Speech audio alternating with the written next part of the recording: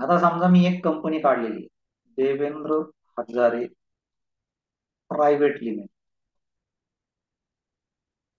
ठीक आहे, Devendra Hazare private limited ही मी एक कंपनी काढली. या कंपनीचे शेअर्स कोणाकडे आहेत? माझ्याकडे आहेत, माझ्या नातेवाईकांकडे आहेत, माझ्या मित्रांकडे आहेत. आणि ही कुठेही लिस्टेड नाहीये. समजा माझ्या मित्राकडे 5% हिस्सा आहे, त्याला विकायचे, तर त्याला आमच्यापैकीच कुणाकडे तरी यावं लागणार आहे. माझ्याकडे येईल, अरे तुला घ्यायचा आहे का माझा 5% हिस्सा, किंवा बाकीच्या मित्रांकडे, माझ्या नातेवाईकांकडे जावं लागेल का? कारण प्रायव्हेट लिमिटेड आहे. पण आता मी आयपीओ आणला. ठीक आहे, आयपीओ आणला आणि माझ्या कंपनीचे शेअर सगळ्या पब्लिकला खुले केले, आयपीओ देऊन टाकले. आता मी प्रायव्हेट लिमिटेड राहिलो का? आता मी प्रायव्हेट लिमिटेड राहिलो का? नाही. का? तर मी आयपीओ आणला, माझे शेअर्स कॉमन पब्लिकला दिले. आता ती पब्लिक माझ्याकडून शेअर्स घेतल्यावर ती परत दुसऱ्या कुणाला पण विकू शकते, त्यांच्या कुणालाही पुढे कोणत्याही किमतीत देऊ शकते. सो आता माझ्या कंपनीचा शेअर्स कोणी घ्यायचा, कोणी विकायचा, हे पब्लिकच्या हातात गेलं. ठीक आहे. सो ज्या कंपनीच्या शेअर्समध्ये पब्लिक बाय करू शकते, सेल करू शकते, दुसऱ्यांना ट्रान्सफर करू शकते, ज्याच्यामध्ये पब्लिकची हिस्सेदारी आहे, त्या कंपनीला म्हणतात पब्लिक लिमिटेड कंपनी. ठीक आहे. सो स्टॉक मार्केटवर आता जेवढ्या ट्रेड होत आहेत, या कंपन्या कोणत्या आहेत? Reliance, HDFC. भले ती रिलायन्स कंपनी धीरूभाई अंबानींनी बनवली, पण ती आता त्यांची घरगुती कंपनी आहे का? या सगळ्या कंपन्यांचे शेअर्स पब्लिककडे अवेलेबल आहेत. पब्लिक ती घेऊ शकते, शेअर मार्केटमध्ये दुसऱ्याला विकू पण शकते. म्युच्युअल फंड वगैरे पण याच्यात ही बाय सेल करू शकतात. सो या सगळ्या स्टॉक मार्केटवरच्या कंपन्या ज्या आहेत त्या पब्लिक लिमिटेड कंपन्या आहेत. सो जसं मी म्हटलं, माझ्याकडे आता समजा अदानी ग्रुपचे, अदानी एंटरप्राइजेसचे 1,000 शेअर्स आहेत. तर ही जी टोटल अदानी कंपनी आहे ही पब्लिक लिमिटेड आहे. याच्यामधले 60% गौतम अदानींकडे आहे, साधारण 20-30% म्युच्युअल फंडकडे आहे, 10-1% समजा FIS कडे आहे, की बाकी पब्लिक कडे असेल. त्याच्यात इथे कुठेतरी मी आलो ना, इथे छोटासा पब्लिक मध्ये कुठेतरी एक छोटा टिपका मी पण आहे. 0.001% अदानी कंपनीचा मी पण मालक आहे ना. तो ज्या व्यक्तीकडे एखाद्या कंपनीचा एक किंवा त्याच्यापेक्षा जास्त शेअर्स असतात, ती प्रत्येक व्यक्ती त्या कंपनीचा शेअर होल्डर असतो. ठीक आहे. आणि तुम्हाला तुमच्या ईमेलवर नोटिफिकेशन पण येत असतील की या कंपनीचा एजीएम आहे, या कंपनीची बोर्ड मीटिंग आहे, या बोर्ड मीटिंग मध्ये हे रिझोल्युशन येणार आहे. जर तुम्ही कोणत्याही कंपनीचा शेअर तुमच्या डीमॅट मध्ये होल्ड केलेला असेल, तर तुम्हाला असे ईमेल्स येणार. या कंपनीने अमुक अमुक घोषणा केली आहे, त्या सगळ्या तुम्हाला तुमच्या ईमेलवर येणार. मी माझी कंपनी आणली. ठीक आहे. बीएसई वर जवळपास 4,500 कंपन्यांमध्ये ट्रेडिंग होते. त्याच्यात मी माझी एक कंपनी आणली, देवेंद्र हजारे लिमिटेड. आता ही तुम्ही ओळखणार कशी यार? तुम्ही पूर्ण नाव घेणार का? अरे तुमच्या ब्रोकरला सांगणार का, अरे मला ती देवेंद्र हजारे लिमिटेड कंपनी आहे नगरची, तिचे 10 शेअर्स दे बरं? नाही ना. बरोबर आहे. तो आपण शाळेमध्ये वगैरे जातो किंवा काय जातो, प्रत्येक ठिकाणी आपल्याला एक रोल नंबर भेटतो. कंपनीत जातो तेव्हा आपल्याला एक एम्प्लॉय आयडी भेटतो. ठीक आहे. आपण इंडिव्हिज्युअल असतो तर आपल्याला पॅन नंबर भेटतो, आधार नंबर भेटतो, एक काहीतरी युनिक नंबर भेटतो. ठीक आहे. सो सेम ज्यावेळेस एखादा शेअर स्टॉक मार्केटमध्ये ट्रेडिंगला येतो, त्याला त्याचा एक युनिक कोड भेटतो, शॉर्ट फॉर्म. जसं समजा आता माझं माझं नाव आहे देवेंद्र. मला माझे घरचे किंवा मी सगळे देवेंद्रच म्हणणार का? नाही, मला टोपण नाव करतात ना, शॉर्ट फॉर्म करतात त्याचं. बरोबर आहे. तर त्या पद्धतीनं प्रत्येक याचं जे आहे स्टॉक मार्केटमध्ये लिस्ट झाल्यावर रिलायन्स इंडस्ट्रीज लिमिटेड एवढं मोठं नाव न येतात, त्याचा RIL एक शॉर्ट फॉर्म बनतो. याला आपण म्हणतो सिम्बल. ठीक आहे, किंवा स्क्रिप्ट सिम्बल. आणि याचा एक कोड पण असतो नंबर्स मध्ये, त्याला स्क्रिप्ट कोड म्हणतात. ठीक आहे. स्क्रिप्ट कोडची गरज लागत नाही आपल्याला, त्याच्यामुळे तो पॉईंट मी याच्यात घेतला नाहीये. पण प्रत्येक शेअरला दोन गोष्टी भेटतात, एक भेटतो सिम्बल आणि एक भेटतो स्क्रिप्ट कोड. ठीक आहे. जसं आता इन्फोसिस आहे, इन्फोसिसचं शॉर्ट फॉर्म आहे इन्फी, फेस व्हॅल्यू. बरं, आता मला माझ्या कंपनीचा शेअर्स डिवाइड करायचे ना, तर नॉर्मली एक हे असतं की मला फिक्स्ड पहिले व्हॅल्यू ठरवावी लागते माझ्या कंपनी. ठीक आहे. सो मला पहिले फिक्स्ड व्हॅल्यू ठरवावी लागते की माझ्या कंपनीची फिक्स्ड व्हॅल्यू काय राहणार. ओके. सो फिक्स्ड व्हॅल्यू समजा मी ठरवली की 10 करोड रुपये माझ्या कंपनीची फिक्स्ड व्हॅल्यू आहे. ठीक आहे. याला आपण म्हणतो ऑथराइज्ड शेअर कॅपिटल. ठीक आहे. Authorised share capital. आता या फिक्स्ड व्हॅल्यूचे मग मी लोकांना किती शेअर देणार, किती शेअर्स मध्ये याचे तुकडे करणार या फिक्स्ड व्हॅल्यू. सो मी म्हटलं की मला 1 करोड शेअर्स पाहिजे. तर आता एका शेअर्स ची फिक्स्ड व्हॅल्यू आहे, ते एका शेअरची व्हॅल्यू किती आली. ओके. मी माझ्या कंपनीची व्हॅल्यू ठरवली होती 10 करोड रुपये.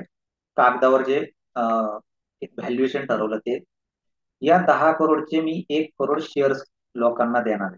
तर माझ्या प्रत्येक शेअरची किंमत आली 10 रुपये. या 10 रुपयाला काय म्हणतात, फेस व्हॅल्यू. कारण मी माझ्या कंपनीची एक व्हॅल्यू ठरवली, त्या कंपनी त्या व्हॅल्यूची किती शेअर्स करायचे ते ठरवलं. So आता मी म्हटलं नाही यार, 1 करोड नाही, मला जास्त लोकांना माझा शेअर द्यायचा. 2 करोड ठरवली, मी 2 करोड शेअर्स केले. माझी फेस व्हॅल्यू किती आली आता माझ्या शेअरची, 5 रुपये. ठीक आहे. नाही, मी म्हटलं जाऊ दे, असं करतो 10 करोड लोकांनाच, म्हणजे 10 करोडच शेअर करू, कशाला एवढं कमी करायचं.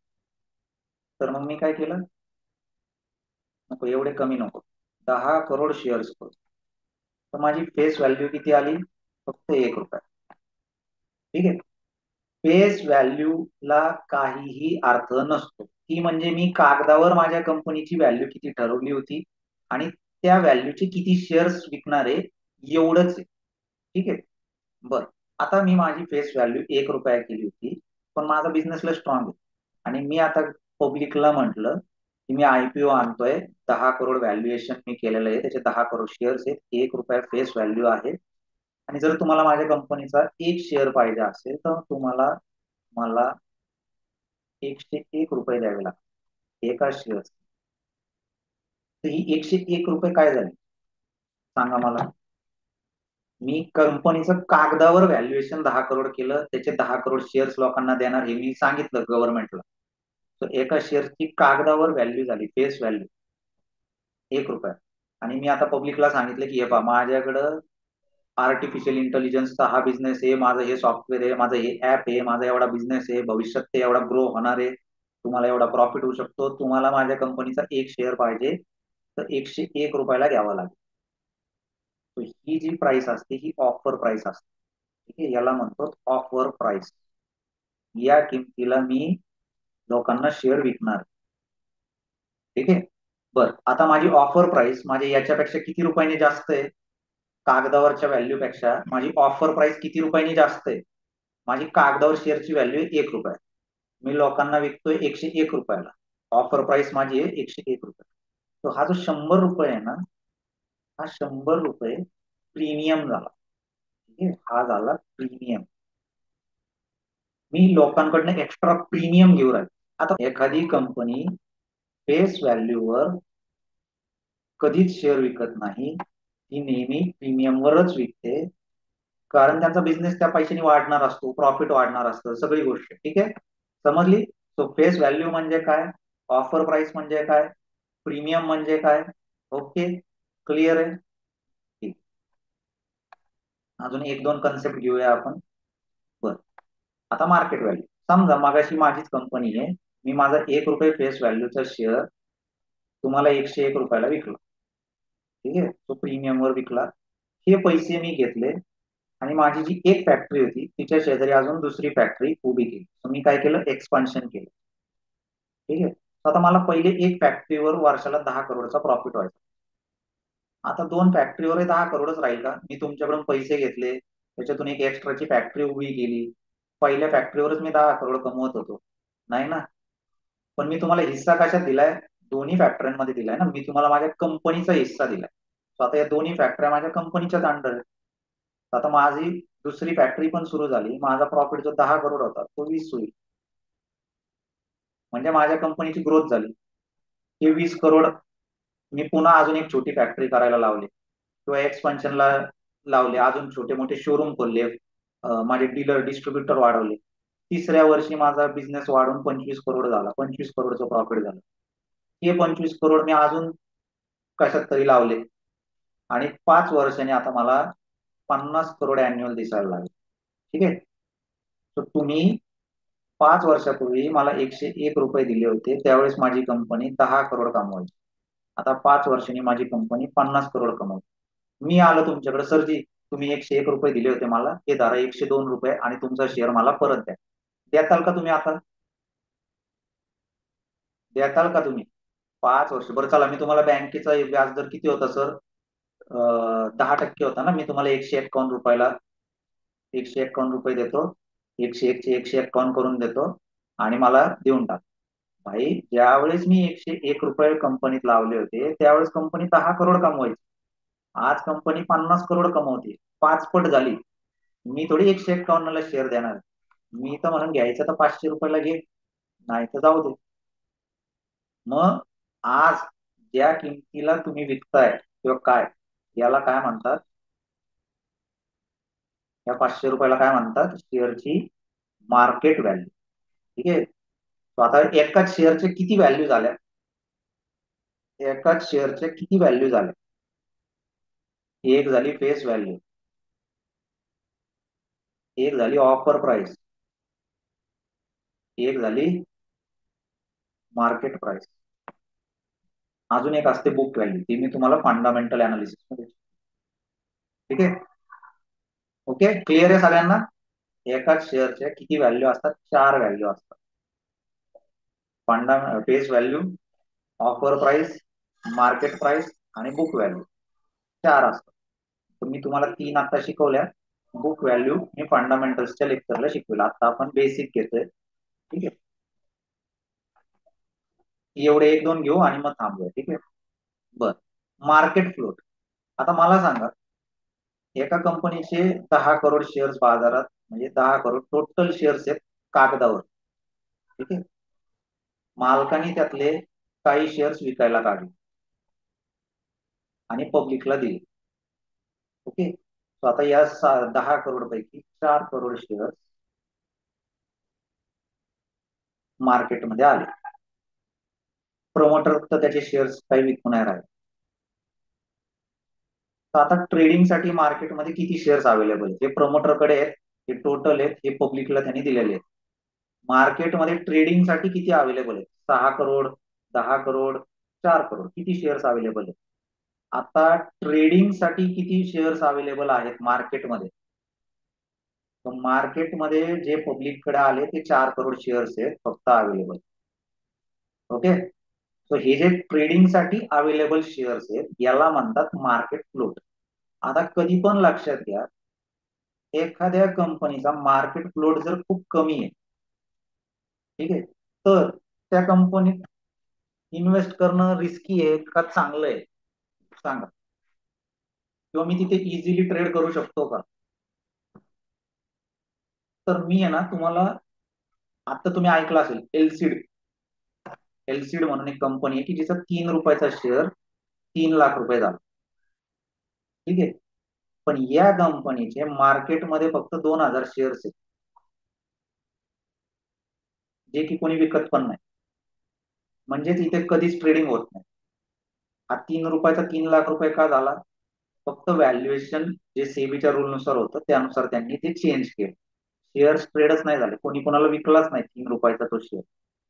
टपारिया टूल्स म्हणून एक कंपनी आहे, जाऊन चेक करा. माहिती आहे का?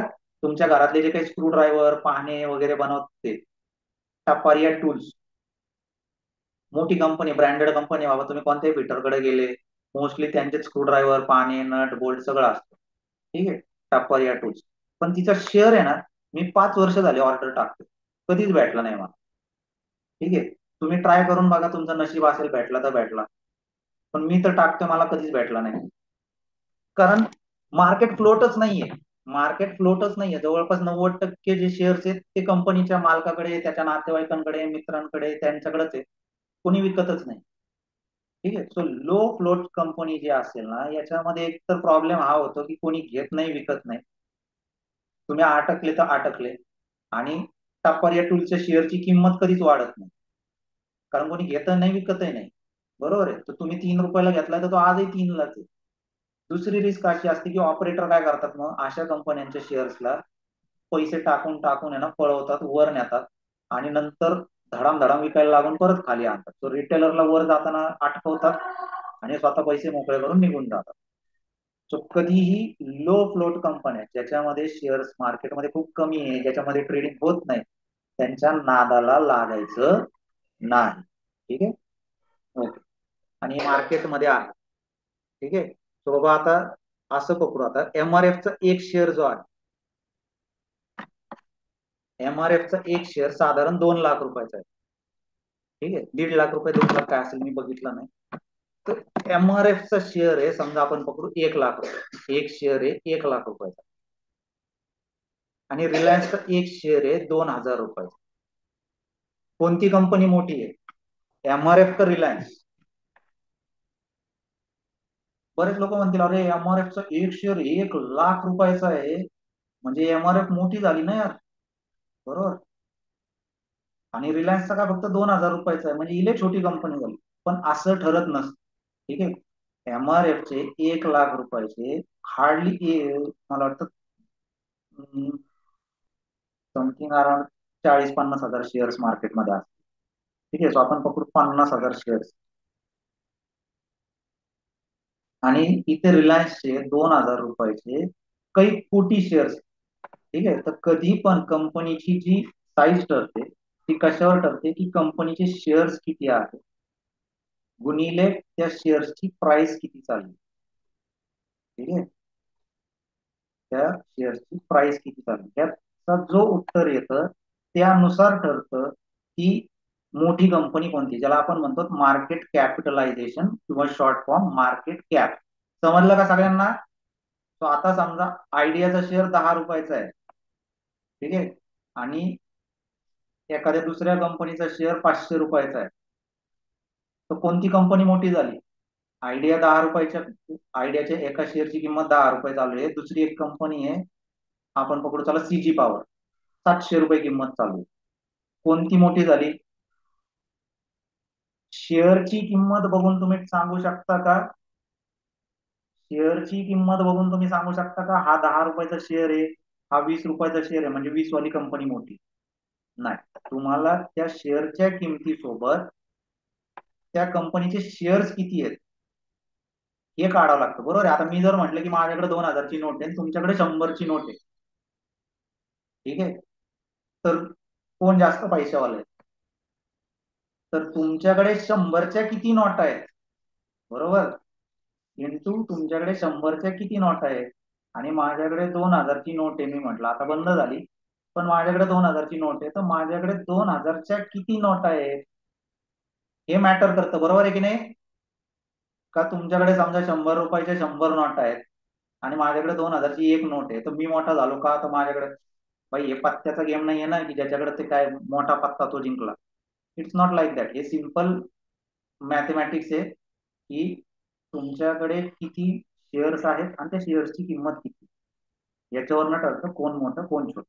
ठीक आहे. सो आय होप आजच्या क्लास